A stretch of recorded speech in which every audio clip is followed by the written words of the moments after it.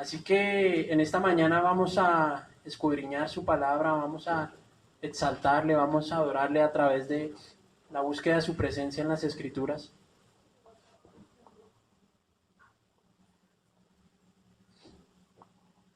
Y vamos a iniciar un estudio del libro de Ruth. Amén. ¿Cuántos de nosotros alguna vez hemos leído el libro de Ruth? Amén.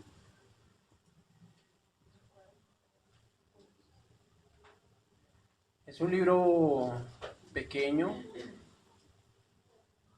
está después del libro de los jueces. Amén.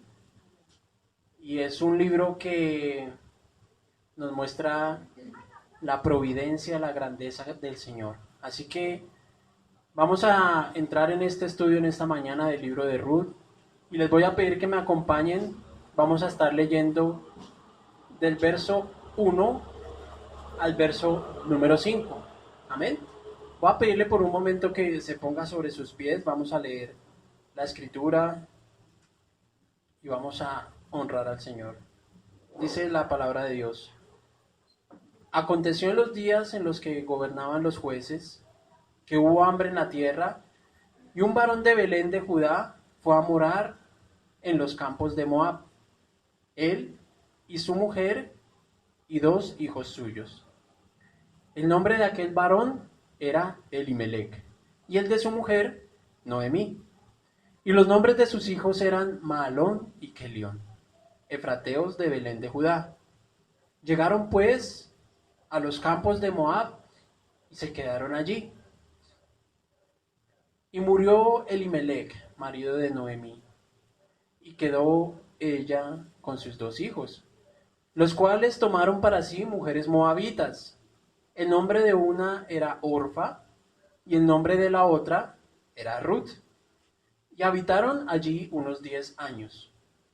Y murieron también los dos, Mahalón y Kelión, quedando así la mujer desamparada de sus 2 hijos y de su marido. Amén. Tome asiento, mi hermano.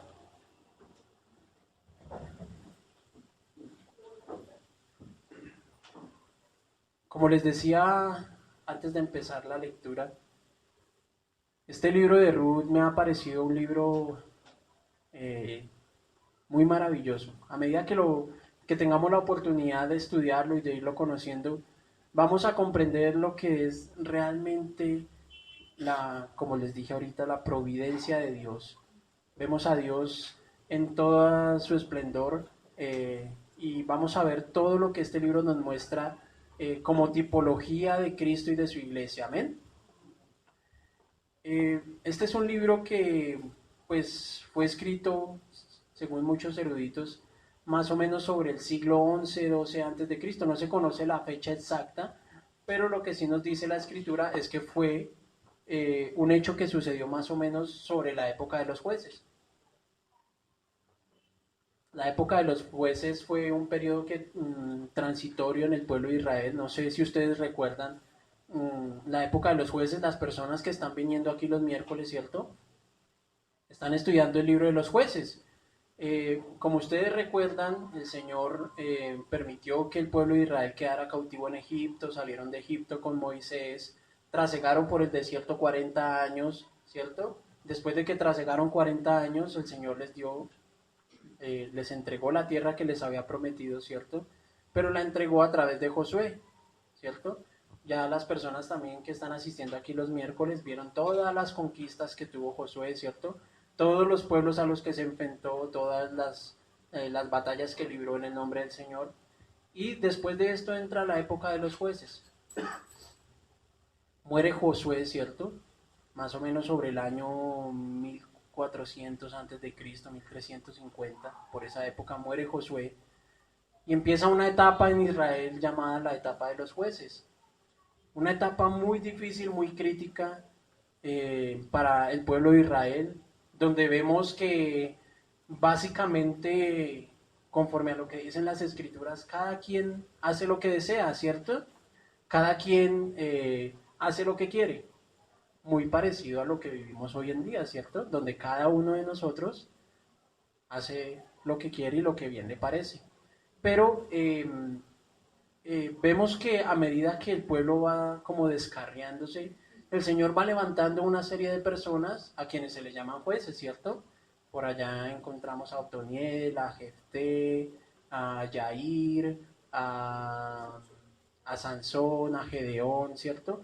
Una serie de hombres y de mujeres también, se me escapa el nombre de Débora, exacto, la juez Débora, ¿cierto? Una serie de hombres que pudieron, a través de la guía del Señor, como encarrilar al pueblo de Israel en su momento. Y este libro de Ruth se desenvuelve en ese periodo, ¿cierto? Un periodo muy crítico, muy difícil para el pueblo de Israel, donde el pueblo viene a ser oprimido por la misma desobediencia del pueblo, ¿cierto? Vamos a ver ahora más adelante que el Señor le había dado una serie de mandatos al pueblo que no cumplieron, ¿cierto? Y a raíz de eso, pues se desencadenó, por decirlo de alguna manera, un juicio para el pueblo de Israel que permitió dentro de todo ese marco y dentro de todo eso que sucedía, ¿cierto? Porque también fue una época muy sangrienta. A medida que vayamos estudiando el libro de los jueces los días miércoles, nos vamos a dar cuenta que en la época de los jueces se libraron muchas batallas, ¿cierto? Porque el pueblo iba siendo oprimido por cada uno de los pueblos que habitaban en esa tierra prometida. Venían y los oprimían, ¿cierto? Venían y los oprimían y el Señor levantaba un juez para libertarlos. Y venía otro pueblo y los oprimía y el Señor levantaba otro juez. Y así se desarrolla este periodo donde se desarrolla esta historia del libro de Ruth. Los sucesos de este libro ocurren en la época de los jueces, tal y como nos indica el texto, ¿cierto? Vemos en el verso 1 que dice, aconteció en los días que gobernaban los jueces que hubo hambre en la tierra. Entonces, este libro se desenvuelve en esa época.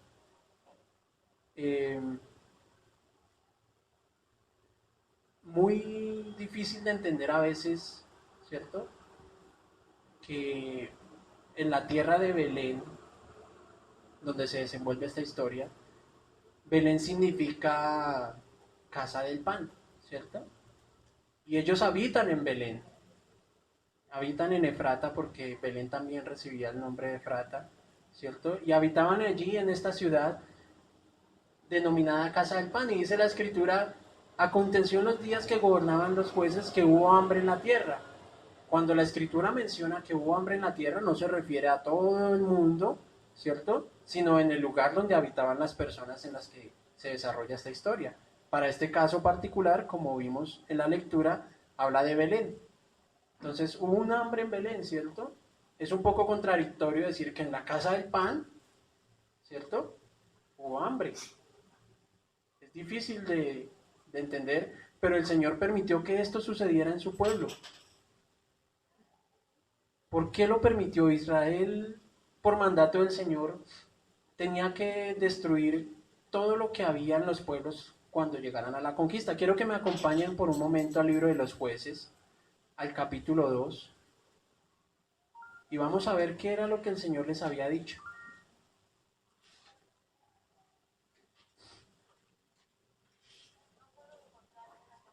Entonces dice la escritura en el libro de los jueces, en el del verso 1 al 5 dice, el ángel de Jehová subió a Gilgal, a Boquim, y dijo, yo os saqué de Egipto y os introduje en la tierra de la cual había jurado a vuestros padres diciendo, no invalidaré jamás mi pacto con vosotros.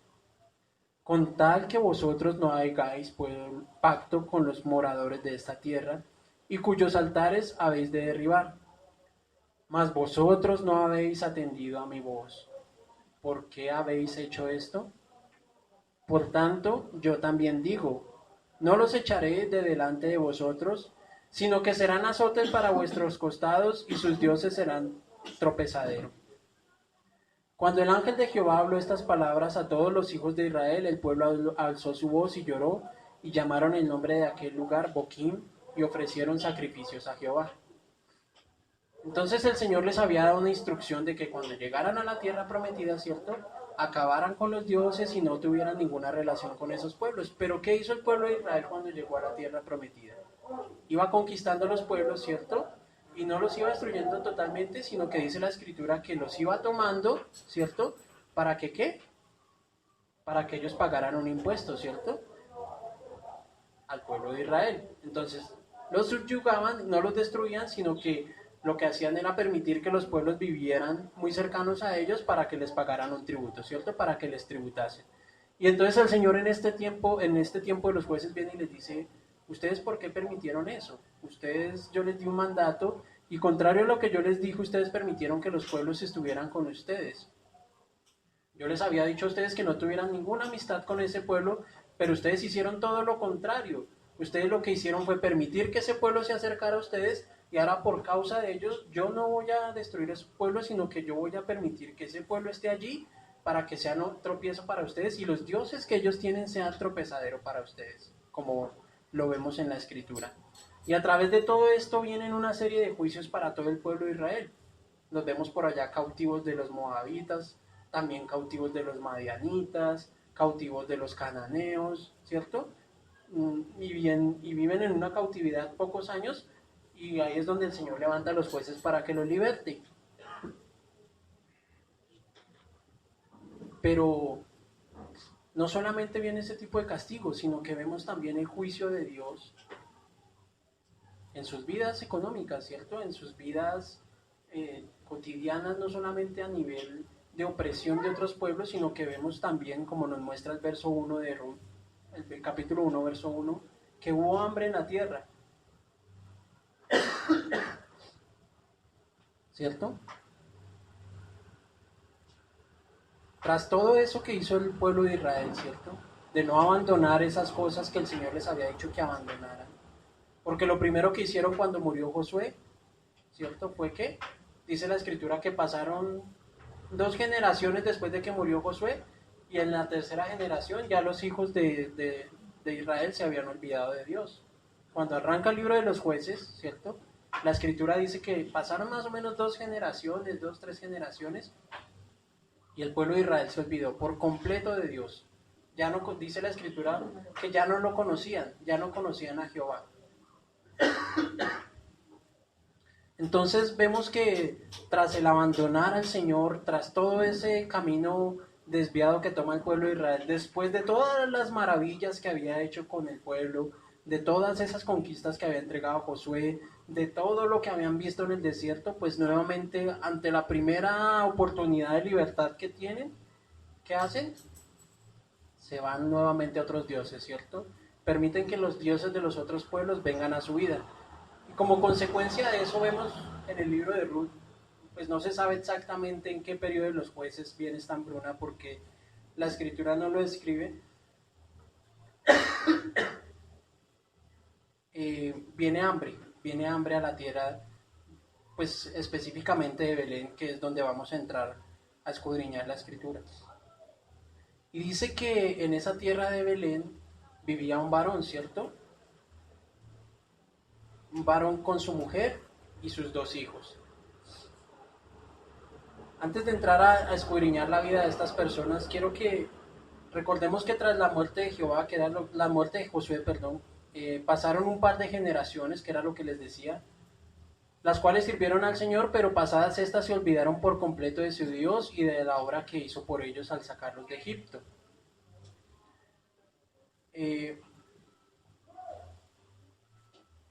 Vamos a ver y vamos a denotar en este libro de Ruth una serie de cosas que hacen que la vida, como nosotros vemos en estos primeros 5 versículos, la vida de Noemí se torne un poco dramática, ¿cierto?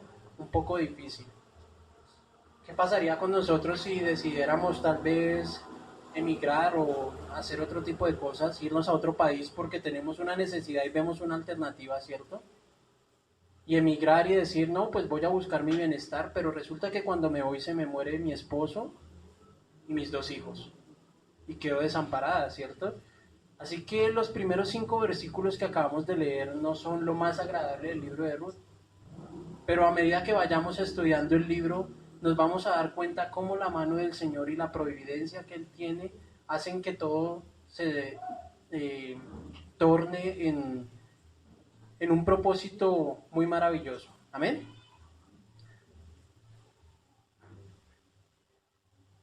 El libro de los jueces, como lo decía, es una época de opresión constante por parte de los enemigos, pero donde también vemos la misericordia reinante de nuestro Señor, al levantar hombres que los libertan de dichas opresiones y que hacían que el corazón del pueblo tomara nuevamente el rumbo correcto de servir a Dios.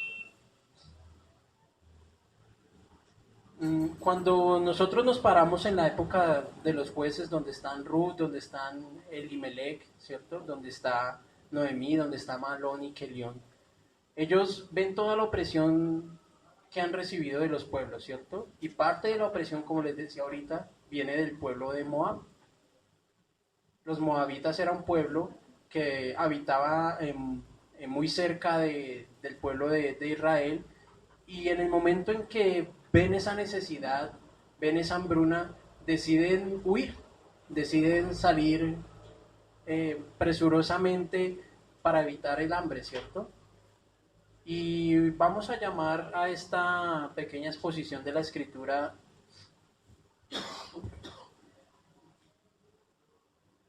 una decisión errada.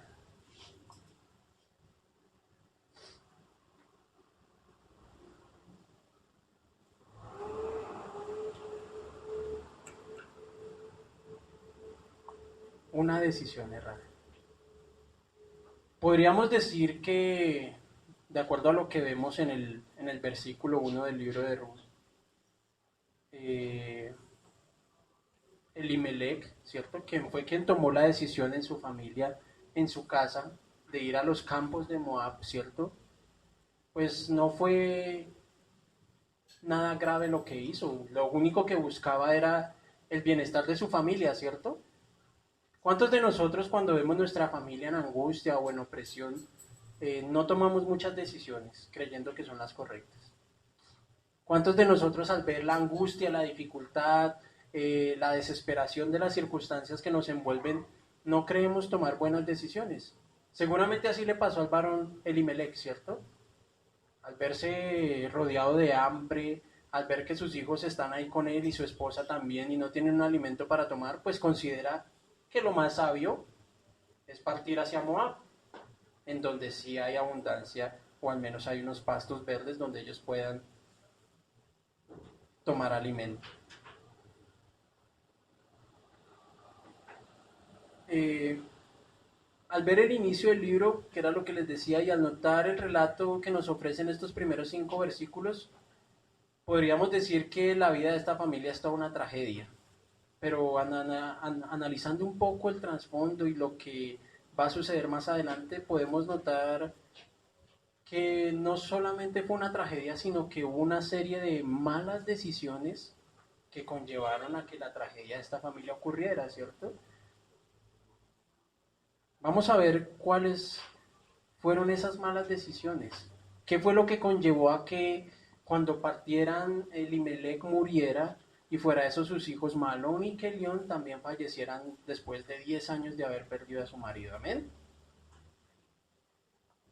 Primero que todo y antes que nada, pues vamos a ver un poco lo que significan los nombres de las personas que están en esta historia. Como nosotros hemos visto en algunas ocasiones o en muchas ocasiones o en varias ocasiones, los nombres de las personas que están en la escritura tienen un significado, ¿cierto? Y al tener un significado denotan un poco lo que son esas personas, ¿cierto? Cuando estudiábamos por allá el libro de Oseas, por ejemplo, veíamos a Lo-Amí y los Ruamas, ¿cierto? Y veíamos cómo tenían un significado dentro del libro y tenían como una trascendencia dentro de la interpretación de la escritura.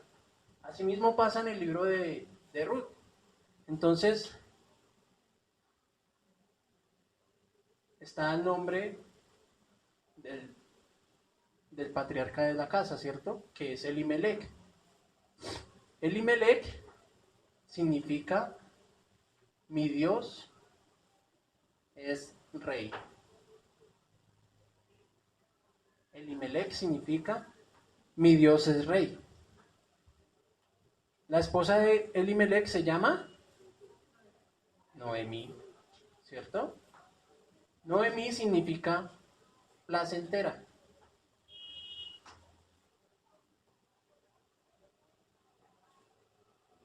Amén. Los otros dos personajes que están involucrados en esta historia son sus hijos, que se llaman Mahlón, ¿cierto? Y Kelión. Mahlón significa enfermizo.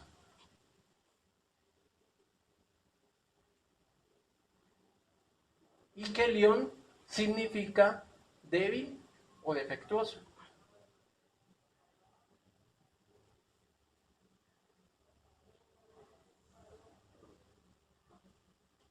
Este ya se acabó.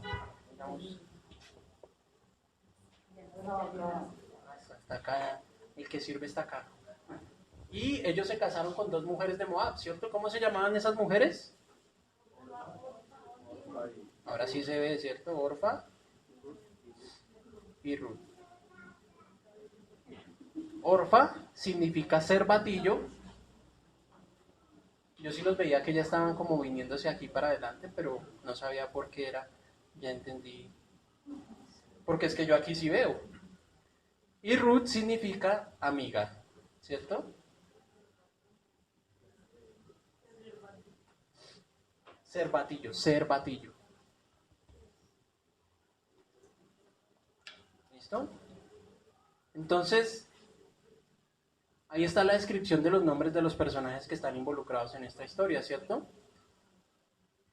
Pero vamos a ver cómo un siervo como Elimelech, el cual su nombre significa mi Dios es rey, ante la primera dificultad, pues si yo digo que el nombre de Elimelech significa mi Dios es rey, quiere decir que pues es una persona, ¿cierto? Muy entregada al Señor. Podríamos decir que a través de lo que significa su nombre, Elimelech era una persona consagrada, tal vez no era de aquellos hombres de Israel que habían tomado la decisión deliberada de desobedecer a Dios y ir tras otros dioses, sino que servían al Señor, ¿cierto? Pero es difícil de notar y ver en la escritura cómo alguien que sirve al Señor, ante la dificultad que se le presenta, lo primero que hace es huir, ¿cierto? Pues de pronto Elimelech se parece a unos cuantos de nosotros, que decimos, mi Dios es rey, pero ante la primera circunstancia o adversidad, huimos, ¿cierto? Nos sentimos derrotados, tal vez mi Dios es rey, eh, es un nombre que se le dio para hacernos denotar la condición en la que cada uno de nosotros estamos como creyentes. Cuando decimos aquí a gran voz, decimos mi Dios es rey, con el Señor todo lo puedo. Y aquí nos paramos y hablamos del libro de Ruth, hablamos de todo lo que creemos saber, pero cuando viene la dificultad, la angustia, cuando viene el lloro, el valle, ¿cierto? Entonces nos sentimos acabados, derrotados, destruidos y nos olvidamos que mi Dios es rey.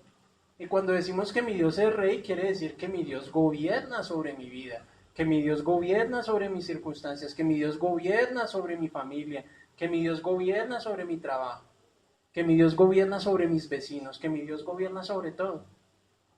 Cuando yo declaro que mi Dios es rey, tengo que entender lo que es un rey, ¿cierto? Para ustedes un rey, ¿quién es? Alguien que se sienta en un trono allá muy lejano de sus súbditos y no tiene nada que ver con su pueblo. Para mí el rey es quien toma las decisiones sobre su pueblo, ¿cierto? Él es quien gobierna, él es quien se extiende su mano, pero vemos que para Elimelech, para mi Dios es rey, se le olvidó que su Dios era rey. Y vamos a ver cuáles fueron esas decisiones erradas que tomaron, amén. La primera decisión, vamos a ver básicamente dos decisiones para definir un poco qué fue lo que sucedió con esta familia y qué fue lo que ocasionó esta tragedia, como pues lo mencionábamos anteriormente. Porque no es fácil decir que murió el esposo, ¿cierto? Muchas veces pasamos la lectura muy rápidamente y decimos, ah, se murió Elimelech, se murió Mahlón y que Dios, y ya. Pero, ¿qué hay tras de eso? ¿Por qué mueren? ¿Sí? ¿Qué los llevó a morir? ¿Por qué tenían que morir? ¿Cierto? Y hubo un par de decisiones erradas, ¿cierto? Que los llevó, pues tal vez a esta tragedia. Entonces la primera decisión errada fue la de ir a Moab.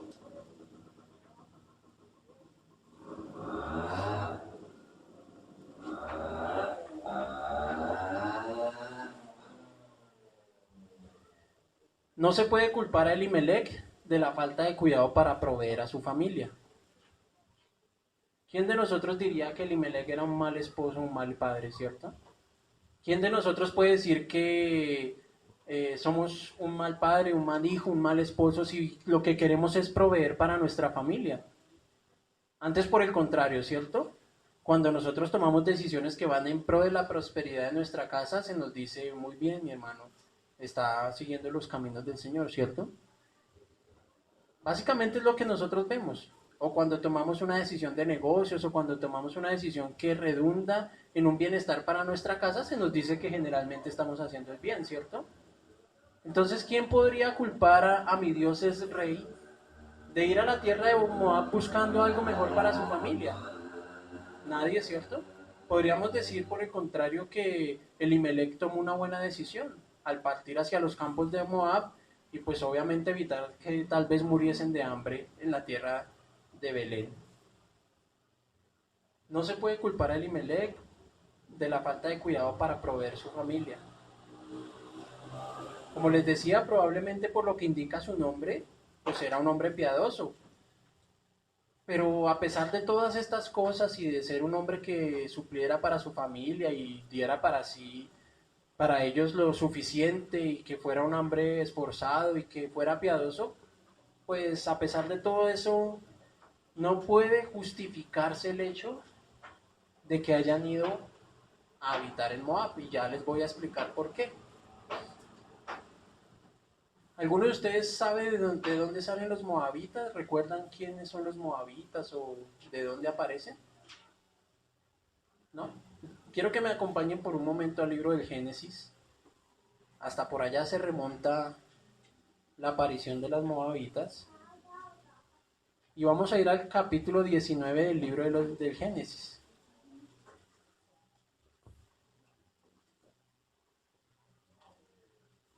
Si usted lo tiene, de un fuerte amén y con eso sé que vamos a ser todos partícipes de la lectura, amén. Libro del Génesis y vamos a estar leyendo capítulo 19, perdóname, el que no lo encuentra soy yo. Vamos a estar leyendo el libro del Génesis capítulo 19 desde el verso, leamos el verso 36 y 37. Los voy a contextualizar un poquito. Ustedes recuerdan que el Señor va a destruir Sodoma y Gomorra, ¿cierto?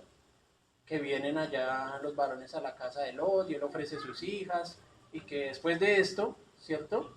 El Señor les dice, no, váyanse porque van a destruir Sodoma y Gomorra, salen huyendo y todo es destruido tras de ellos, ¿cierto? La esposa de Lot se convierte en una estatua de sal y llegan Lot y sus dos hijas a una cueva, ¿cierto? Y allí habitan. Y entonces le dice la mayor a la menor, venga, nosotros ya quedamos solo los tres, ¿qué vamos a hacer? Ya el único hombre que queda con nosotros es nuestro papá. Entonces embriagaron a Lot, ¿cierto? Y cada una, pues, estuvo con Lot. Y después de eso dice en el verso 36, y las dos hijas de Lot concibieron de su padre. Y dio a luz la mayor un hijo, y llamó su nombre Moab, el cual es padre de los moabitas hasta hoy. La menor también dio a luz un hijo, y llamó su nombre Benamí, el cual es el padre de los amonitas, ¿cierto? Entonces, de allá, de esa parte de la escritura, como tan lejana y como tan distante, es de donde aparecen los moabitas, ¿cierto? Y cuando nosotros empezamos a ver los relatos de las escrituras, el pueblo de Moab se convierte en un enemigo del pueblo de Israel, ¿cierto? Si nosotros leemos por allá, como lo veíamos en el libro de los jueces, ¿cierto? Por allá en el capítulo 3 vemos que los moabitas subyugan al pueblo de Israel. Es uno de esos pueblos que el Señor permite que quede en la tierra prometida y el pueblo de Moab subyuga al pueblo de Israel. ¿Sí? Y lo tiene en cautiverio o lo tiene oprimido más o menos, no me acuerdo, creo que es unos 18 o 20 años que lo tiene oprimido hasta que se levanta un juez y los derrota, ¿cierto? También vemos por allá en el libro de los reyes que los moabitas también se levantan Digamos que el único periodo donde los moabitas no tuvieron guerra contra Israel así fuerte fue más o menos en el tiempo de David, que estuvieron más o menos tranquilos, pero de resto vemos en el libro de los reyes, en el libro de los jueces, creo que en las crónicas también encontramos que los moabitas siempre se levantaban en contra del pueblo de Israel. ¿A causa de qué? Pues ya vemos aquí, de una decisión que tomaron en su momento las hijas de Lot y concibieron de su padre. Recordemos que los moabitas provienen de la descendencia de Lot, tras la unión incestuosa, que era lo que veíamos ahorita, ¿cierto? Hubo un incesto y tras esa unión, pues la hija mayor dio a luz a Moab. Y de acuerdo a los relatos que encontramos a través de las escrituras y aún a través del mismo libro de los jueces, los moabitas siempre fueron enemigos de los israelitas.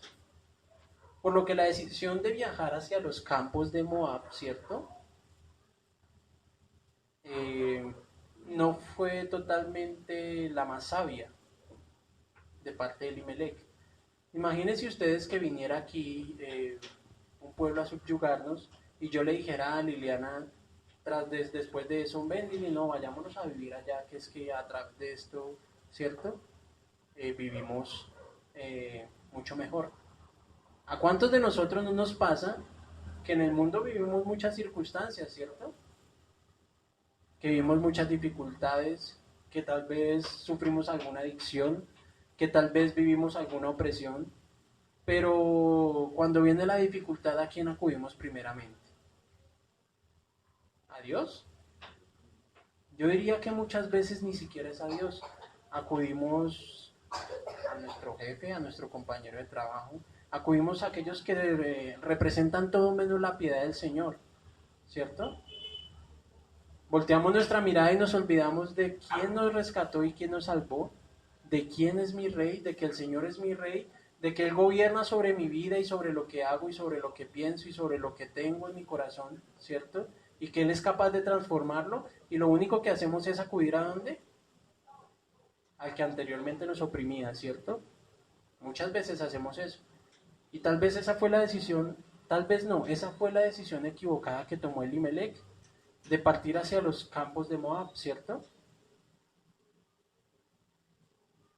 Ellos se quedaron allí, se establecieron allí, decidieron establecer una nueva vida en Moab y permitieron que aquel pueblo que los oprimiera hoy viniera, por decirlo de alguna manera, a hacer bendición.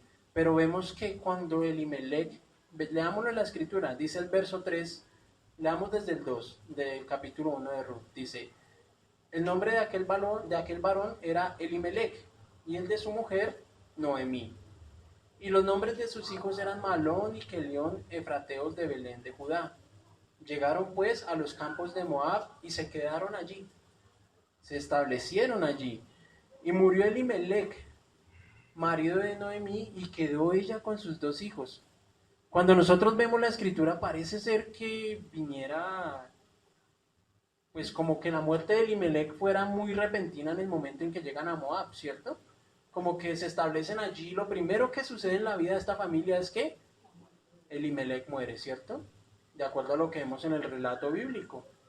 Podríamos decir de alguna manera que fue un juicio de Dios para Elimelech por tomar una decisión errada. Pues no lo sé porque la escritura no lo muestra, pero podríamos interpretarlo de alguna manera así, ¿cierto? Porque un varón que declara con su nombre que el Señor es mi rey, apenas llega a un campo extranjero, lo primero que sucede es que muere, ¿cierto? Parece ser que viene un juicio de parte de Dios sobre la vida de Elimelech por una decisión errada, por tomar un camino equivocado y partir a un lugar donde no iba a encontrar nada, donde se iba a olvidar seguramente de su Dios, ¿cierto? Recordemos nuevamente que los moabitas era un pueblo que adoraba dioses ajenos al Señor de Israel y que lo único que iban a encontrar allá en ese pueblo iba a ser ¿qué? Idolatría, ¿cierto? Aquello que aborrecía tanto el Señor y que tanto les pedía que no hicieran, que no adoraran a otros dioses. Lo primero que iban a encontrar era idolatría. Entonces la decisión de partir hacia Moab no fue una decisión sabia y fue la primera decisión errada que tomaron los varones de esta casa. El hecho de ir hacia Moab, ¿cierto? Pero no solo bastó con eso para esta familia, no solo bastó con partir hacia Moab, tomar la decisión de ir a un pueblo donde lo único que iban a encontrar era idolatría, lejanía de su Dios, ¿cierto? Tal vez pensaban, no, vámonos para Moab, que allí nos vamos a entregar completamente al Señor y de pronto algún día nos devolvemos allá para Belén, mirando a ver qué pasa. Pero ellos se establecieron allí y vemos que lo primero que viene es la muerte de Elimelech. Debió haber sido un golpe bastante fuerte, ¿cierto? Ver que llegan buscando tal vez un cambio de vida, un cambio en las perspectivas que tenían. Venían tal vez muy felices sabiendo que iban a huir de esa hambruna que estaba azotando en ese momento su pueblo, ¿cierto? Buscando tal vez una mejor posición, una mejor vida, una estabilidad, pero se encontraron con algo diferente, ¿cierto? Con un choque totalmente adverso. Pero no solo por eso, no solo bastó con eso, sino que no bastando con el hecho de haberse ido para Moab, tomaron la decisión de tomar mujeres extranjeras por esposas.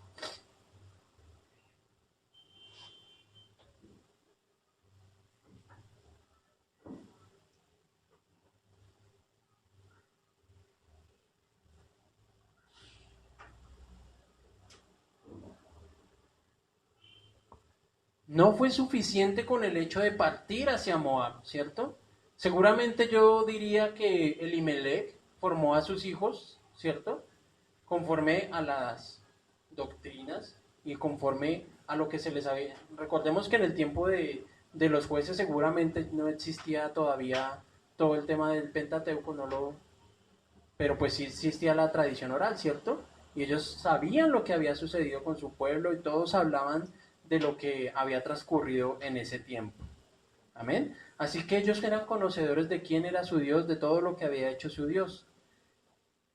Y dice el verso 3, después de que Elimelech murió, dice, y murió Elimelech, marido de Noemí, y quedó ella con sus 2 hijos, los cuales tomaron para sí mujeres moabitas. El nombre de una era Orfa y el nombre de la otra era Ruth, y habitaron allí unos 10 años. ¿Cierto? Quiero que me acompañen por un momento al libro de Deuteronomio capítulo 23. Vamos a ver 2 aspectos aquí. Recuerden ustedes que cuando el Señor está estableciendo las leyes, le da una serie de indicaciones a su pueblo, ¿cierto? Y dice el Señor en Deuteronomio 23, capítulo 23, desde el verso 2, dice, no entrará bastardo en la congregación de Jehová, ni hasta la 10ª generación no entrarán en la congregación de Jehová. No entrará amonita ni moabita en la congregación de Jehová, ni hasta la 10ª generación de ellos. No entrarán en la congregación de Jehová para siempre, ¿cierto?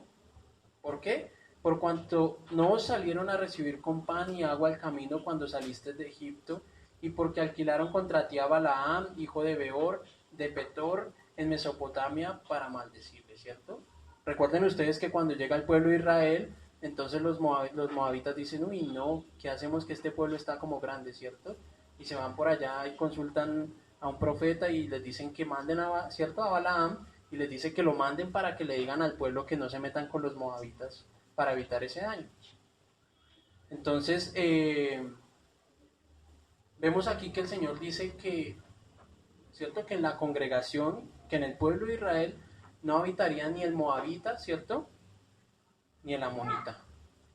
Es el decreto que Dios estableció en Deuteronomio 23, ¿cierto? Y por allá en Deuteronomio capítulo 7,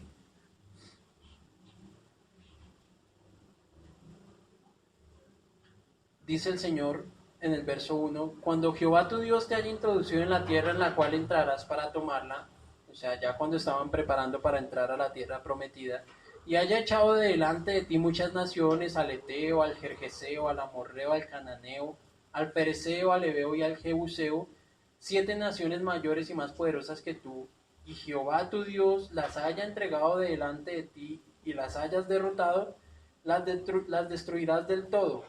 No harás con ellas alianza, ni tendrás de ellas misericordia. Y no emprenderás y no emparentarás con ella. No darás tu hija a su hijo, ni tomarás a su hija para tu hijo, porque desviará a tu hijo en pos de mí, perdón, y servirán a dioses ajenos. Y el furor de Jehová se encenderá sobre vosotros y te destruirá pronto. Mas así habéis de hacer con ellos. Sus altares destruiréis y quebraréis sus estatuas y destruiréis sus imágenes de acera y quemaréis sus esculturas de fuego. Amén. Entonces, vemos dos criterios claros que el Señor había establecido para el pueblo de Israel, ¿cierto? El primero era que el moabita ni el amonita iba a entrar a ser parte del pueblo de Israel, ¿cierto? Y el segundo, que no iban a contraer ninguna especie de matrimonio, ¿cierto? Dice que ni sus hijos se llegarán a sus hijas, ni sus hijas a sus hijos. No se iban a emparentar con los pueblos que habitan. Aunque el Señor en esta parte no menciona a los moabitas, ¿cierto? Es claro que son pueblos que habitan en la tierra de Canaán, donde ellos iban a habitar, y lo que quería evitar el Señor era que tuvieran lo que les decía ahí, que no se acercaran a ellas, porque seguramente en el momento en que se emparentaran, iban a ir tras los dioses que ellos adoraban, ¿cierto? Porque iba a ser muy difícil poder adorar al Señor sabiendo que ellos adoraban a otros dioses. Así que con este contexto vemos que lo que hacen Malón y Kelión, ¿cierto? Una vez muere su padre, es que ir y casarse, ¿cierto? Con mujeres moabitas. O sea que ya no encontramos solamente una decisión errada de partir hacia los campos de Moab de parte de Elimelech, sino que también vemos a Malón y a Kelión, ¿cierto? Tomando mujeres moabitas para sí. Leamos por un momento lo que dice el verso 4 y 5 nuevamente. Dice, los cuales tomaron para sí mujeres moabitas.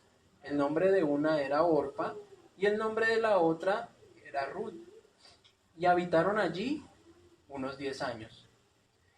Y murieron también los dos, Mahalón y Kelión, quedando así la mujer, o sea, Noemí, desamparada de sus dos hijos y de su marido.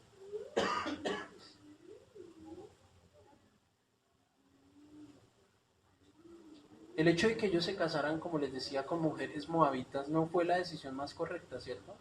Aunque el Señor en ningún escrito expresa claramente que los moabitas no podían, las moabitas o los moabitas no podían ser esposos o esposas de los israelitas, sí es claro que los moabitas adoraban a otros dioses, ¿cierto? Que eran enemigos claros de Israel, y estos varones, una vez su padre muere, lo primero que hacen es ir a buscar mujeres para ellos.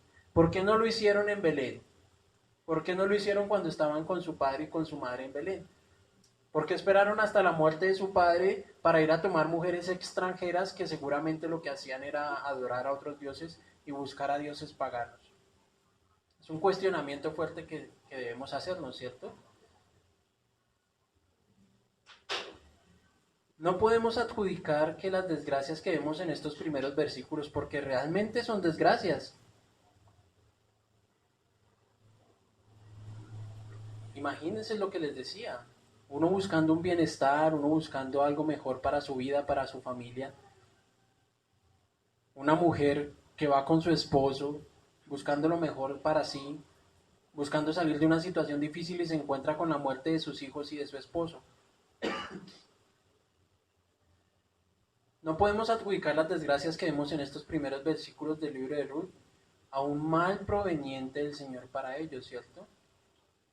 Hablábamos aquí en el seminario la vez pasada que de Dios no puede provenir ningún mal. ¿Amén? ¿Cuántos creemos eso? De Dios no proviene nada malo, ¿cierto? Por ejemplo, si nosotros miramos el verso 1, la hambruna que hubo, no podemos decir que la hambruna que hubo fue culpa del Señor. Más bien es un resultado de la desobediencia del pueblo al Señor, y el Señor, siendo justo, establece un hambre para ellos, ¿cierto? Pero no quiere decir que sea algo malo que haga el Señor, sino que es resultado del mismo pecado que había en el hombre, sino que la hambruna era un resultado natural del pecado, un castigo que el pueblo se impuso a sí mismo por su desobediencia, ¿cierto? Partiendo de ahí, que el hambre que vivían no era un castigo de un Dios tirano, malo, que los subyugaba, sino que ellos a través de su desobediencia acarrearon eso mismo para sus vidas. Amén. Porque ya el Señor les había advertido que si eran infieles, la tierra se volvería contra ellos. Eso está por allá en Deuteronomio 28, 15, 16.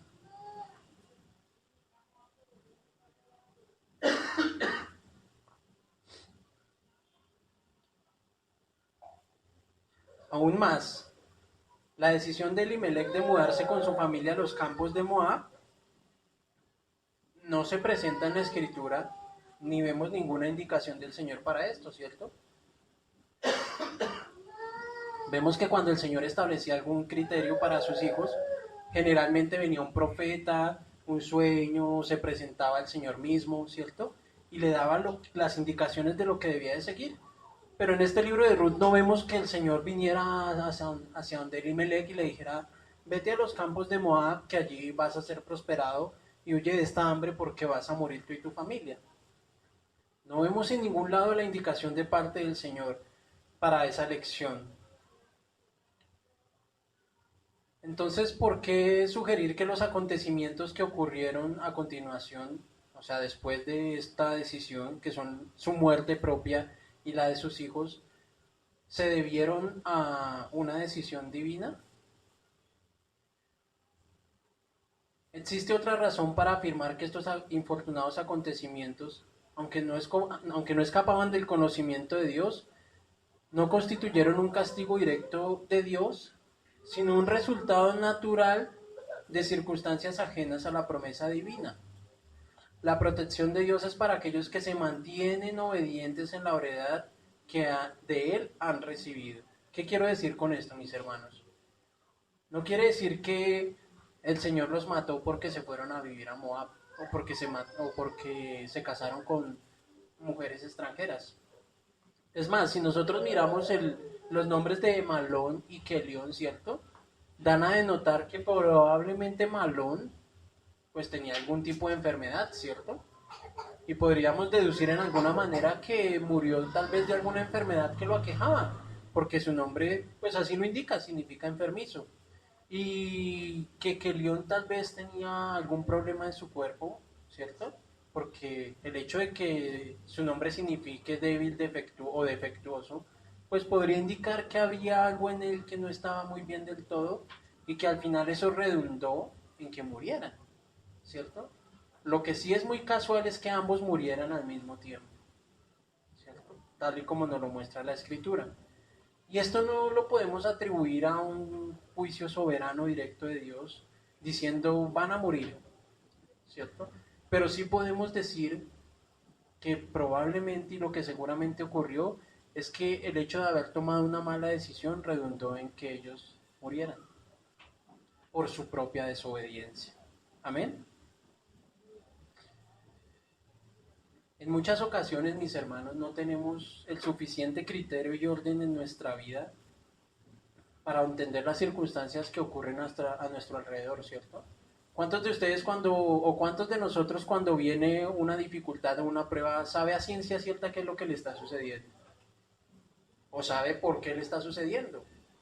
Muy difícil, ¿cierto? Muy difícilmente cuando vienen ese tipo de circunstancias sabemos con claridad y decimos, ah, no, ya sé. No, esto me vino porque es que yo un día le cerré la puerta en la cara al vecino y seguramente por eso es que hoy mi alacena está vacía.